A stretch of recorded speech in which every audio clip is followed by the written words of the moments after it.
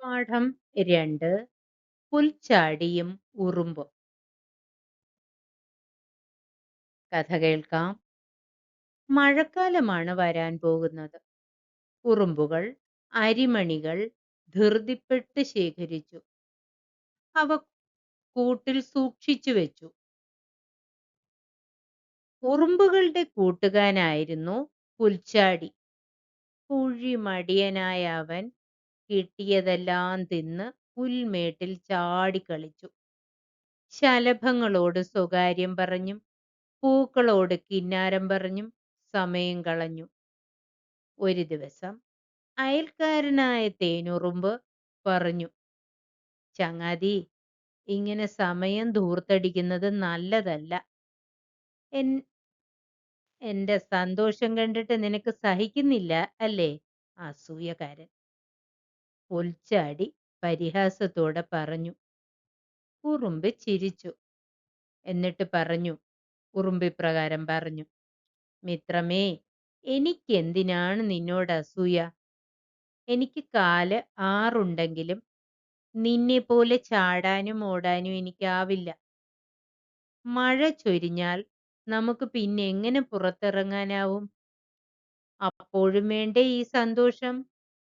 അതിന് ഇപ്പോൾ എന്തെങ്കിലും ശേഖരിച്ചു വെക്കുന്നത് നല്ലതാവും. വിശപ്പും കാണില്ല, പട്ടിണിയും ഒഴിവാകും. ഇത് കേട്ട് പുൽച്ചാടിക്ക് ദേഷ്യം വന്നു. പുൽച്ചാടി പറഞ്ഞു, വായ് കീറിയ ദൈവം ഇരയും തരും. അതിന് നിന്നെ പോലെ അധ്വാനിക്കണ്ട എന്ന് പറഞ്ഞ് പുൽച്ചാടി അരിശത്തോടെ പോയി. വേനൽ കഴിഞ്ഞു. മഴ തുടങ്ങി. കോരിച്ചൊരിയുന്ന മഴ. ഒരു ജീവിക്കും പുറത്തിറങ്ങാനാവുന്നില്ല.